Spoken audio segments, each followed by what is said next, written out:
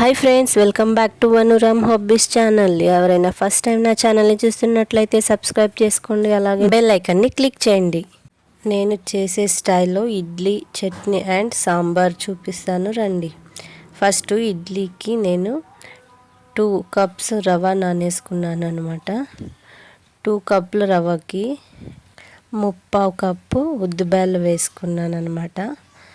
రవ్వని మళ్ళీ ఉద్దిబేళ్ళని వాటర్ వేసుకొని నీట్గా 2 టైమ్స్ బాగా దాంట్లో ఉన్న దుమ్మంతా పోయేదాకా నీట్గా కడుక్కోవాలి. కడిగేసి దాంట్లో నీళ్ళు పోసి నానబెట్టుకోవాలి. దీన్ని పక్కన పెట్టి ఇప్పుడు ఉద్దిబేళ్ళను బాగా కడుక్కొని నీళ్ళు వేసి నానబెట్టుకుందాం.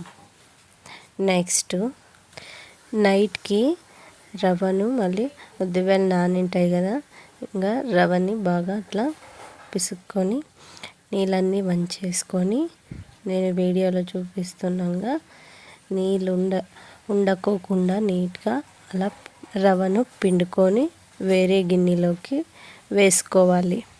ఈ రకంగా మొత్తం రవ్వని అలా చేసుకొని ఉద్దిబేళ్ళని ఇప్పుడు నీళ్ళు వంచేసుకున్నాము. మిక్సీలోకి మెత్తని పేస్ట్ లాగా ఆడించుకుందాం మనం.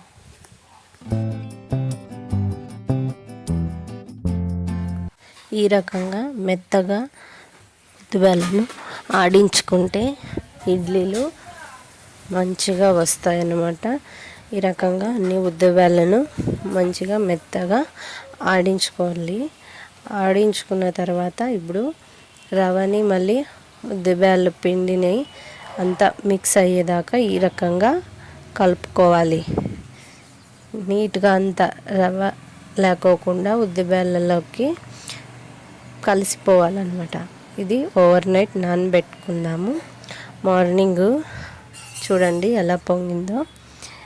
ఇప్పుడు దీన్ని బాగా కలుపుకొని మీకు పిండి రేపటికి ఉండాలి అనుకుంటే నీళ్ళు ఉప్పు అంతా వేయకోకుండానే తీసి పెట్టుకోండి. రేపటికి బాగుంటుంది. ఉప్పు అంతా వేసినిచ్చి పుల్లగా అవుతుంది అనమాట. ఇక ఎంత నీళ్ళు కావాలో నేను వీడియోలో చూపిస్తున్న విధంగా ఉప్పును అలాగే సోడా పొడి వేసుకొని బాగా కలుపుకోండి. ఇప్పుడు ఇడ్లీ పాత్ర తీసుకున్నాను. దాంట్లోకి 2 గ్లాస్ వాటర్ వేసాను. ఇది ఉడికించేకి పెట్టుకుందాము. ఇంకా ఇడ్లీ బ్యాటర్ని ఇడ్లీ పాత్రలోకి వేసుకుందాము. ఇడ్లీ అంతా వేసుకున్న తర్వాత నీళ్ళు అయితే బాయిల్ అవుతున్నాయి. ఇప్పుడు అవి వేసుకున్న పాత్రలన్నీ దాంట్లోకి పెట్టుకొని స్టీమ్ చేసుకుందాం. ఇంకా నెక్స్ట్ ఇడ్లీ అయ్యే లోపల మనము చట్నీకి ప్రిపేర్ చేసుకుందాము. ఫస్ట్ శనగిత్తనాలని బాగా వేయించుకోవాలి. ఇక శనగిత్తనాలు వేగాక దాన్ని పక్కన తీసుకొని పొట్టు అంతా తీసుకొని రెడీ పెట్టుకుందాము. చట్నీకి పచ్చిమిరకాయలు, టమోటాలు, కొత్తిమీర, చింతపండు, కొన్ని తెల్లవాయలు బాగా వేయించుకోవాలన్నమాట. ఫస్ట్ పెనం తీసుకొని దాంట్లోకి పచ్చిమిరకాయలు బాగా వేయించుకోవాలి. ఇవి కారం ఉన్నాయి, అందుకే నేను 4 to 5 అంతే వేసుకున్నాను.